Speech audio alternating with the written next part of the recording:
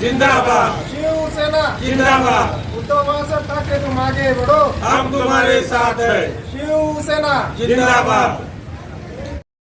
मोहोळ नगर परिषद ही सातत्याने चर्चेत राहणारी नगर परिषद आहे. आपण जर पाहिले तर प्रभाग क्रमांक 1 हा वाड्या वस्त्यात विभागलेला आहे. या प्रभागामध्ये मोठ्या प्रमाणात शेतकरी राहतात आणि या शेतकऱ्यांचे प्रश्न घेऊन या ठिकाणी माजी नगरसेवक सत्यवान देशमुख शिवसेनेचे नेते या ठिकाणी आंदोलन करत आहेत. नेमक्या काय मागण्या आहेत आपण जाणून घ्या. तर काय मागण्या घेऊन आपण आंदोलन करतो? आमच्या वार्डामधील प्रमुख मागण्या रस्त्यांच्या आणि ओढ्यावरील पुलाची मागणी आहे की त्या रस्ता नसल्यामुळे आणि ओढ्यावर पूल नसल्यामुळे नागरिकांची आणि विद्यार्थ्यांची मोठ्या प्रमाणावर गैरसोय होते. आम्ही वारंवार पाठपुरावा करूनही याला जाणीवपूर्वक निधी दिला जात नाही, त्यामुळं आम्ही हे आंदोलन करतोय. काय नेमक्या मागण्या आहेत आणि काय काय त्रास होतोय या ज्या आपण मागण्या केल्या त्या नसल्यामुळे किंवा जे काय पूल वगैरे नसल्यामुळे शाळेचे विद्यार्थी असतील, वृद्ध असतील, शेतकरी असतील तर त्यांना काय अडचणीला सामोरं जावं लागतं?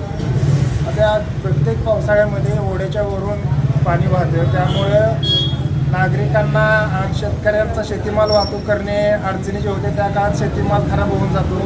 दुग्ध व्यवसाय करणाऱ्या लोकांना दूध घरातच ठेवावं लागतं आणि शाळेच्या विद्यार्थ्यांना जोपर्यंत पाणी आहे त्या ओढ्यावर तोपर्यंत शाळा बुडवावी लागते, अशी परिस्थिती आहे. त्यामुळे हा पूल होणं अत्यंत गरजेचं आहे. त्यानंतरचे 2 रस्ते आहेत, त्या 2 रस्त्यावर अतिशय चिखलमय रस्ते आहेत. त्या चिखलमय रस्त्यामुळं लोकांना जाणे येणे, शेतीचा माल आणणे, दूध वाढण्यासाठी शहराचा संपर्क करणे, विद्यार्थ्यांना शाळेत येणे यासाठी त्या रस्त्यांची अत्यंत आवश्यकता आहे. आपण जर पाहिलं तर आपण देखील प्रभाग क्रमांक 1मध्ये राहत आहे. इथल्या ज्या महिला आहेत, शेतकरी ज्यांना शेतात जायचं असेल त्यांना काय अडचणी सांगतो? शेती वहिवाटीसाठी जाण्यासाठी अत्यंत अडचणीचं होतं. चिखलाच्या ज्यावेळेस पाऊस जास्त होतो त्यावेळेस त्यांना शेतात जाता येत नाही, घरातच बसून राहावं लागतं आणि शेतीची कामं पेंडिंग म्हणजे पुढे ढकलावी लागतात. आपण म्हणताय की आता हे या कामांना निधी दिला जात नाही, तर मग हे कामाचे प्रस्ताव कधी दाखल झाले?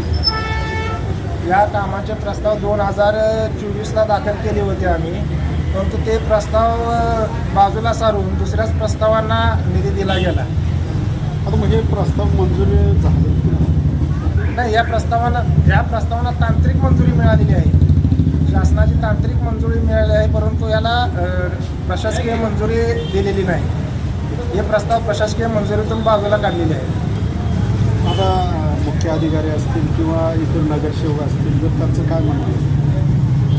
अधिकारी म्हणतात तो विषय निधी देण्याचा आमच्या हातात नाही आहे, तो सत्ताधाऱ्यांच्या हातात आहे, त्यामुळे आम्ही निधी मंजूर करण्यात आमचा काही संबंध येत नाही असे ते बोलतात.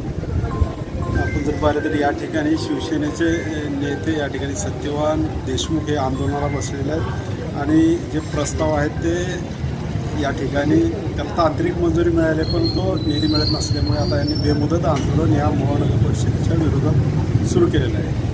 विशेष न्यूजसाठी अशोक कांबळे, मोहोळ, सोलापूर.